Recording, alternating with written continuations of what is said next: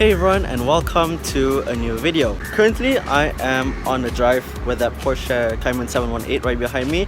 I actually wanted to record this intro earlier before I set off on my journey, except I didn't start at a quiet enough venue. Like, it was next to a major road and it was very traffic, lots of noise. I wanted to find points to stop along the way, for example a gas station, but I kept missing them and there were very few on the route that I'm taking, at least. So here I am at R&R Tanjung 12 to take a short toilet break and of course record this intro before I continue my journey with the Cayman 718. Anyways, I took a break already, just had a little stretch of the legs because I'm just halfway through. There's another 30 minutes of driving, which I'll be continuing very shortly, but anyways, let me show you around the 718. Okay, so here is the 718 in question. It's in a very nice shade of yellow. I don't think it translates well on my phone camera, but it's quite a nice day out actually for a drive, so I'm really glad for that. Except I need to be efficient because I see some dark clouds, so yeah, I don't want to linger too long here. Anyways, so here is the car. It's just a standard Cayman 718, no accessories or body kits whatsoever, except I believe the side mirror there has been wrapped to black. Rims are also stock, and I'm not sure if that wing is wrapped to black. I didn't check for any seams, but anyways, forget about that. So here's the side of the car. Rear wheels bigger than the front, of course. This is one of the more recent generations of the 718, hence the fancy looking lights. And overall, still the same body shape or curvature as most other Porsches are, but from the outset it's not as aggressive as other variants such as the GT4 or most 911s. But anyway, yeah, this is the outside. Let's go check out the interior. Okay, so here is the key to the 718. As with most Porsche keys, the shape of the key follows the shape of the car. Anyways, let's give it an unlock and check out the interior.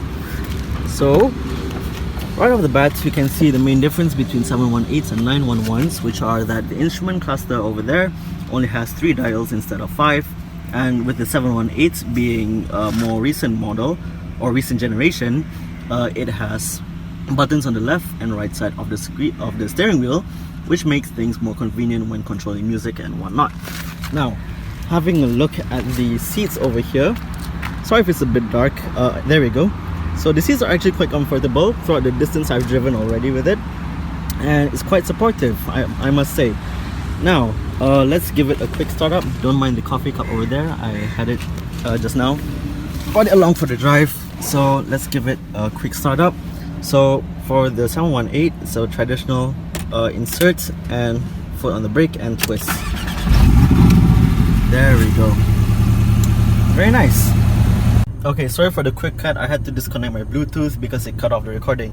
Anyways, as I was saying, the steering wheel, the one feature I quite like is this knob, which I use to change the driving mode. So change it to S, which is Sport, which activates or opens the rear valves, I must say. And you see that mini logo of the car, so that activates the wing. Okay, so let's head on out to check how it looks when raised. And there we go. So the wing is slightly raised and we have the valves open as well.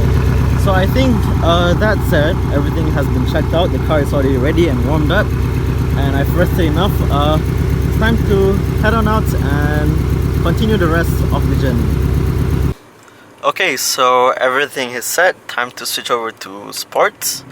Valves open, wing up, and time to continue the journey before it starts raining and the road gets wet. Okay, handbrake off and let's head on out. Please ignore the coffee cup over there. There's no other place to put it here.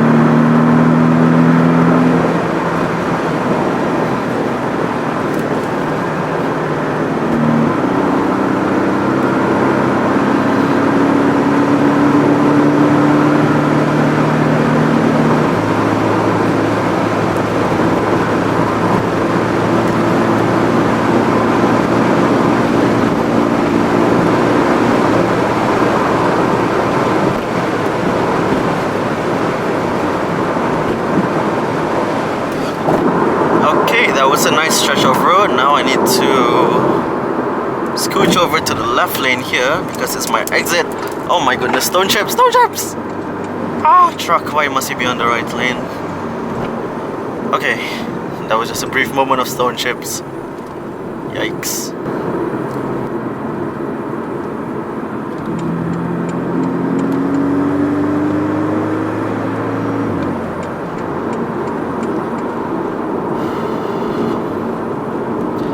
It's getting very gloomy, eh? As you can see. It's quite dark out. I hope the rain holds up until I reach my destination at least.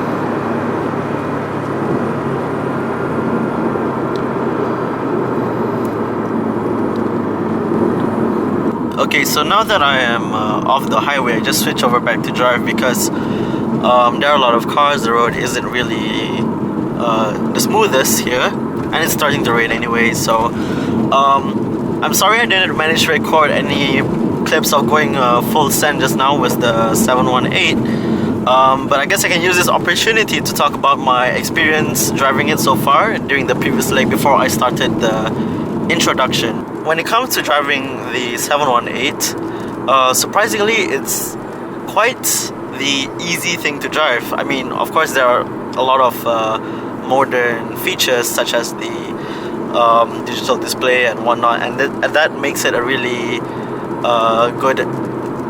it makes it a really nice vehicle to drive long distances, especially. Like, it doesn't want to go fast, like crazy fast, like the 720S which I drove the other day. That thing just wants to go. And while this thing may feel like less Porsche, I mean, some of you might interpret it differently, but the way I see it, while it may only have 3 clusters, unlike the common 5 cluster instrument clusters of the 911 and other models, this thing does well. It performs well, it's very good, it's stable, and it may not look as aggressive as the other variants of the 718, like for example the GT4. This thing is still good. I like it. It's also fast, obviously, and the perks and the speakers are also quite good in this thing. I believe this particular 718 has Bose speakers, which gives a nice listening experience, especially when it comes to driving in you know, closed roads like this, when you're not on the highway. And for that, I actually enjoy driving this thing. Now, as I make my way to my destination, the roads doesn't seem too forgiving or smooth, so I think I'm just gonna take it easy from this point onwards. If there is a clear stretch of road in front of me, I may or may not include it, like this one.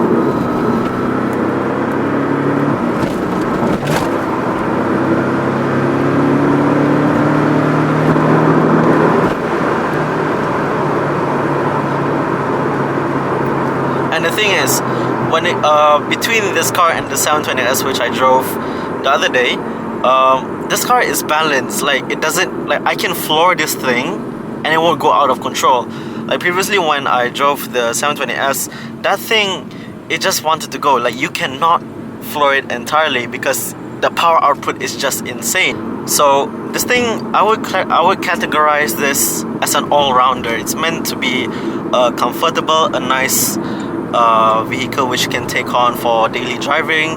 It's not the most aggressive nor most powerful vehicle out there, but it has enough power if you need it and if you want to drive this thing fast. So overall, I think this is a pretty good car, especially when it comes to daily driving. You can take this thing for daily drives and not be too disturbed or affected by comfort or you know, too much power to control that wants to be let loose.